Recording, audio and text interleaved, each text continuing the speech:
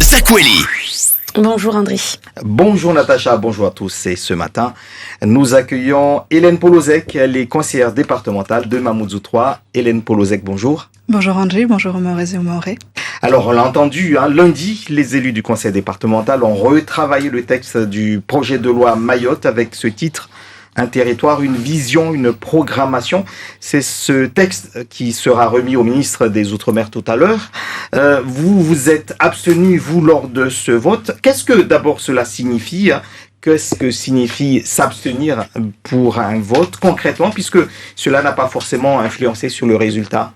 Non, tout à fait. Une abstention ne veut pas dire qu'on est contre le texte en soi. C'est juste qu'en l'état, moi, je ne me voyais pas valider ce texte. J'ai énormément, à titre personnel, consulté nos aînés depuis qu'on nous a proposé la première version en fait de ce projet de loi Mayotte en décembre 2021, sur lequel nous avons donné notre avis en janvier 2022. Parce que du haut de mes 26 ans, moi je n'ai pas tout le vécu, toute l'expérience pour pouvoir dire très clairement, aujourd'hui, dire seul, aujourd'hui on doit faire ça, ça, ça. Et donc, j'ai consulté, Bismarck a dit très justement, celui qui ne sait pas d'où il vient ne peut pas savoir où il va. Et donc j'ai consulté le docteur Henry, j'ai consulté l'ancien conseiller général et ancien maire de Bouéni, Mohamed Youssouf, avec qui j'étais d'ailleurs à Bouanatsa samedi soir, encore en train de discuter de cette proposition. Et donc plusieurs choses ont fait que je n'ai pas pu valider ce texte en l'état, parce que déjà au niveau de la temporalité, on nous a demandé de valider en fait cette contribution qui a été travaillée en l'espace d'un mois entre le moment où il y a eu la réunion du SIOM et le moment du vote, à peu près un mois 15 jours, ce qui est très court. On nous a demandé de valider ce texte au lendemain des sénatoriales sans que nos sénateurs puissent à proprement se l'approprier, puisque ce texte va être étudié en premier lieu au Sénat puisqu'il concerne les collectivités. Et enfin, on sait que le projet de loi Asile et Immigration va être proposé à la rentrée. Et c'est dommage, en fait, de ne pas attendre de voir quelles sont les propositions faites concernant Mayotte dans ce projet de loi pourquoi pas compléter les manquements qu'il y aurait pour Mayotte, puisque notre réalité migratoire est différente de celle de l'Hexagone. Alors, une question de calendrier, mais aussi, j'ai cru comprendre que vous avez mis vos réserves également sur le statut de Mayotte, point jugé important dans ce projet de loi, et que vous êtes abstenu sur ça. Le texte propose une évolution du conseil départemental au statut de département-région. Doublement donc des conseillers, on va passer de 26 à 52 avec une assemblée élue au scrutin de liste. Qu'est-ce qui vous a dérangé par rapport à ça ? Vous aurez aimé qu'on aille plus loin ou justement que ça ne se fasse pas ? Alors, dans les faits, la collectivité est déjà une collectivité unique qui regroupe les compétences d'un département et d'une région. Il a été proposé à la base dans ce texte de changer l'appellation de notre collectivité, de notre territoire, alors qu'en 2009, les Mahorais se sont prononcés à la fois sur ce statut de collectivité unique, mais aussi sur cette appellation. Donc il avait été proposé, décidé en fait unilatéralement, sans consulter la population, d'aller contre ce vote de 2009 et de proposer un changement de nom. C'est pas la première fois que c'est fait. On se souvient très bien du toilettage de Sobaadine. Et ce toilettage a été rejeté massivement par la population. Moi, je trouve que c'est particulièrement dangereux qu'à chaque fois qu'on change d'exécutif, on propose de changer de nom.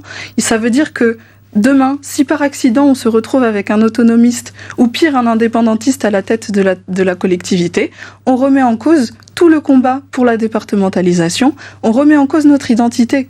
Et pour moi, c'est une chose qui n'est pas acceptable. Mais sur le principe de doubler des conseillers départementaux, en tout cas les conseillers plutôt, parce que c'est une collectivité, donc département et région, est-ce que ce n'est pas logique quelque part ? Pourquoi pas sur une augmentation du nombre de conseillers? Pour moi, le problème n'est pas là.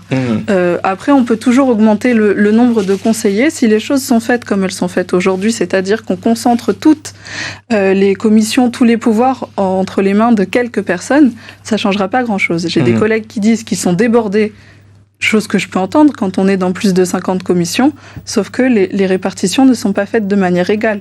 Donc on ne peut pas être partout et nulle part à la fois. Donc les choses ne sont pas faites correctement. Je disais donc que le ministre en charge des Outre-mer est en visite à Mayotte pour 24 heures et il va recevoir ce projet de loi entre les mains de Ben Issa Ousseni. Il est à Mayotte essentiellement sur la question de l'eau. Il vient faire un point d'étape sur les investissements de l'État. Vous allez le rencontrer également tout à l'heure.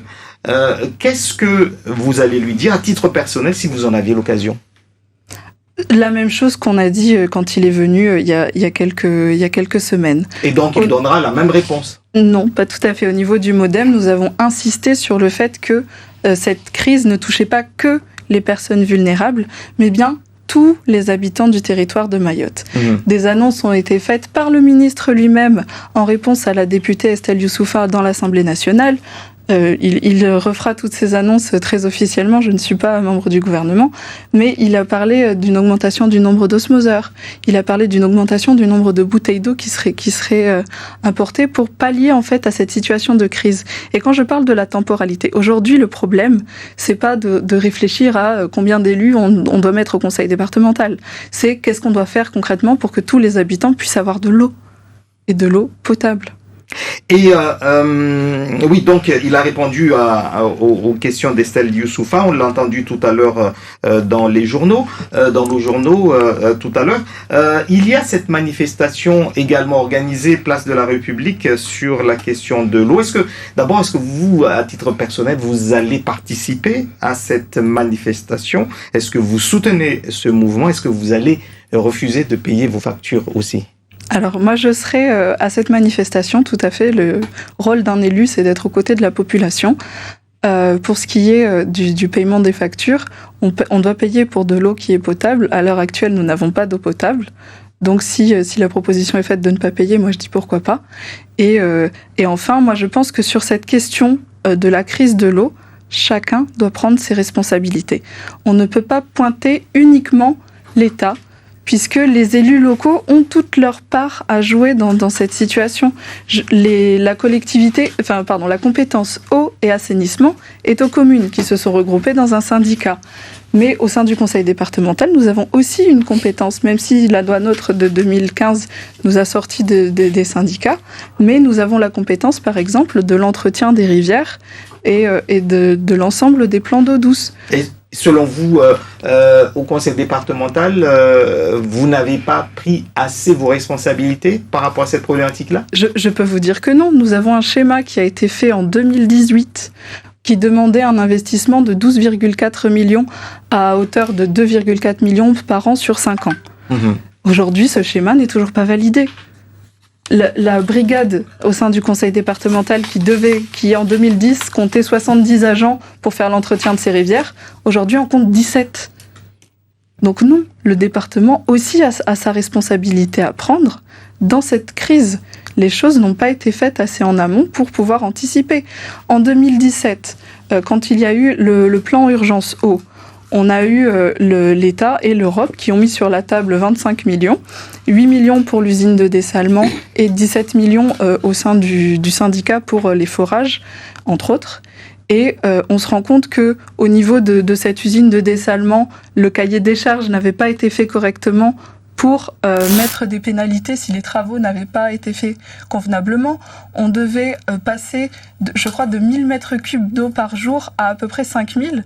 On est aujourd'hui, depuis 2019, à 1300. 8 millions pour une augmentation de 300 mètres cubes, le compte n'y est pas. Mais le cahier des charges n'a pas été rédigé correctement pour pouvoir demander aux délégataires de rendre compte ou de payer tout simplement des amendes.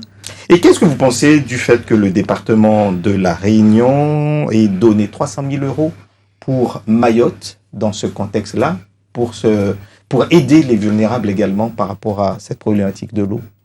Qu'on fasse fonctionner la solidarité nationale, ce n'est pas... C'est une chose qu'il faut saluer, c'est tout à fait louable. Et est-ce que le département ne devrait pas aussi mettre un peu plus sa main dans les poches pour justement aider ceux qui ont besoin en ce moment de l'eau. Vous parlez tout à l'heure du fait que il n'y a pas que les personnes vulnérables qui ont besoin de cette eau, toute la population. Est-ce qu'il n'y a pas un geste que le département devrait ou pourrait faire ? Il y a plusieurs choses tout à fait qu'on pourrait faire. Et au niveau de cette importation massive de bouteilles d'eau, là où le département aurait aussi un rôle crucial à jouer, c'est au niveau du traitement de tous ces déchets plastiques qui vont se retrouver si on ne fait rien dans le lagon. Et donc, on pourrait commencer à voir pour la mise en place, accompagner le syndicat, le CIDEVAM, pour la mise en place de filières de traitement de ces déchets plastiques. On pourrait cofinancer, pourquoi pas, une broyeuse pour ensuite faire le traitement et la transformation, la valorisation de ces plastiques. Le département a son rôle à jouer, c'est sûr. Est-ce qu'il le fait correctement aujourd'hui ? Moi, j'estime qu'on ne va pas au bout des choses. Et c'est dommage parce que la population souffre. Je reviens sur le projet de loi Mayotte. Les élus donc souhaitent la convergence des droits sociaux. Cela va passer entre autres par l'application pleine et conforme du Code de la sécurité sociale, du Code de la santé publique, du Code du travail, etc. Tout cela a été déjà annoncé. Et puis Mayotte est département, donc cela va s'appliquer, mais sans doute c'est la date qui fait réfléchir en ce moment. Est-ce que justement c'est sur ce point-là que vous avez insisté sur ça? Je crois que vous êtes d'accord, hein, vous étiez tous d'accord sur le fait que vous souhaitez tous la convergence des droits sociaux. Bien sûr, je ne connais pas une personne qui ne voudrait pas qu'on soit un département et une région à proprement parler. Maintenant, le texte s'appelle bien « Un territoire, une vision, une programmation ». Dans ce texte-là, pourtant, on retrouve une liste de points, comme on retrouvait par exemple dans les 101 propositions faites qui ont amené à l'écriture du contrat de convergence. Mais il n'y a pas d'articulation réelle dans ces points et pas non plus d'études d'impact de tous ces changements. Dans le texte, il est demandé l'alignement immédiat de toutes les prestations sociales. Or, on sait très bien que l'augmentation de certaines prestations sociales vont aboutir à une augmentation des cotisations salariales et patronales. Sauf qu'aujourd'hui, est-ce que notre tissu économique est assez solide pour supporter une augmentation du jour au lendemain de toutes les cotisations, et en particulier celles patronales? Moi, je ne pense pas. Il y a ce titre de programmation, mais on ne retrouve pas en fait ce calendrier, ce programme de mise en place d'augmentation progressive pour ne pas mettre à genoux le tissu économique. Et c'est bien dommage. Sur le volet immigration et sécurité, pareil, hein, vous faites plusieurs propositions, entre autres la surveillance de la mer de manière permanente par la marine nationale, l'examen des demandes de titres de séjour, suppression du droit de sol, etc. Ça aussi, on a déjà entendu. Alors, qu'est-ce qu'il y a de nouveau ? Rien. Rien de nouveau, ce sont des propositions qu'on connaît déjà, et c'est ce que je disais, on n'a pas attendu de voir quelles seraient les propositions pour Mayotte dans le projet de loi Asile et Immigration pour dire il manque ceci, il manque cela. Donc on avance, on met la charrue avant les bœufs, tout simplement.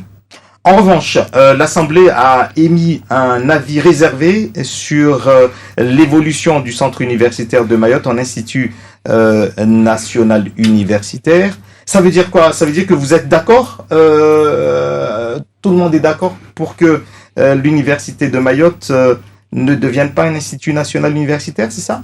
Alors, pas du tout. Effectivement, ça aussi, c'est un point de blocage pour moi dans ce document. Il est demandé au point 42 de créer une université de plein exercice à Mayotte sans statut transitoire. C'est-à-dire passer d'un CUFR à une université de plein exercice. Or, on nous propose d'émettre un avis sur le décret lors de la même séance, sur le décret donc, qui va créer l'Institut national universitaire, qui n'est pas une université de plein exercice. Appelons un chat un chat. C'est juste un institut qui s'appellerait Université de Mayotte. Mais ce n'est pas une université de plein exercice. Ce n'est pas une université qui nous permettrait de mettre en place les filières de médecine. Ce n'est pas une université qui nous permettrait de conventionner avec le CHM pour en faire un CHU. Donc ce n'est pas, en fait, ce que nous voulons. Et le fait de donner cet avis réservé, c'est dire, on est d'accord, mais il faut changer quelque chose. Or, Ben Issa Ousseni, le président du conseil départemental, nous avait très clairement dit en décembre 2021 et en janvier 2022, au moment du vote de la première version, lorsqu'on nous a demandé notre avis sur la première version du projet de loi Mayotte. Donner un avis réservé, c'est dire oui mais, et on s'arrête au oui. On n'écoute jamais la réserve. Vous êtes un peu fait avoir alors du coup sur ce point-là. Non, très concrètement, nous étions plusieurs à demander un avis défavorable. Il faut savoir ce que nous voulons. On ne peut pas dire dans un texte nous voulons une université de plein exercice et au moment du vote accepter qu'on nous crée un statut transitoire.